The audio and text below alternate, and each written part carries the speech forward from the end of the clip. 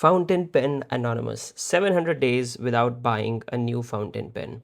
Here are three things that I've learned in this about 2 years of not buying a single fountain pen.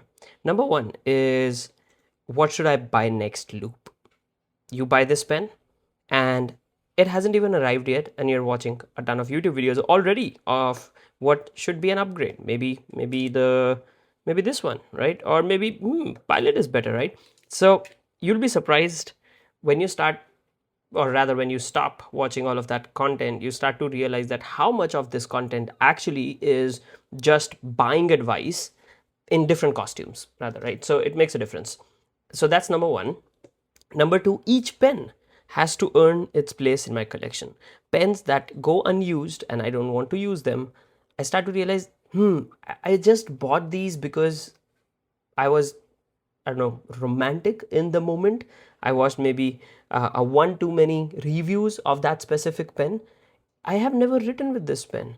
I have never picked up this pen. I don't want to pick up this pen for the next 2 years. So that money could have been saved, put into better use, whatever that better use may be, might have simply gone towards a date, right?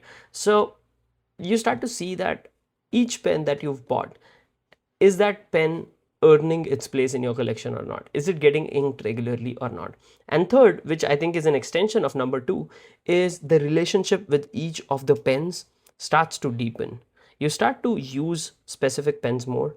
You'll figure out that there are pens that you finish ink bottles upon ink bottles with, but then there are pens which you've inked once and then they have been not inked since for a couple of months, right? So the relationship actually starts to deepen with certain pens and you start to pick them up a little bit more. You still love those. So this is slightly different than pens who haven't earned a place, but you start to look at how the nib changes, how a pen changes, how you change as you start to go through ink bottles upon ink bottles. And I think that's one of the bigger ones that we end up staying away from when we are in that buying spree, is we forget that we have to use these pens and we have to finish ink bottles for us to truly understand the value of the pens that we've been putting so much money and effort and emotional investment into.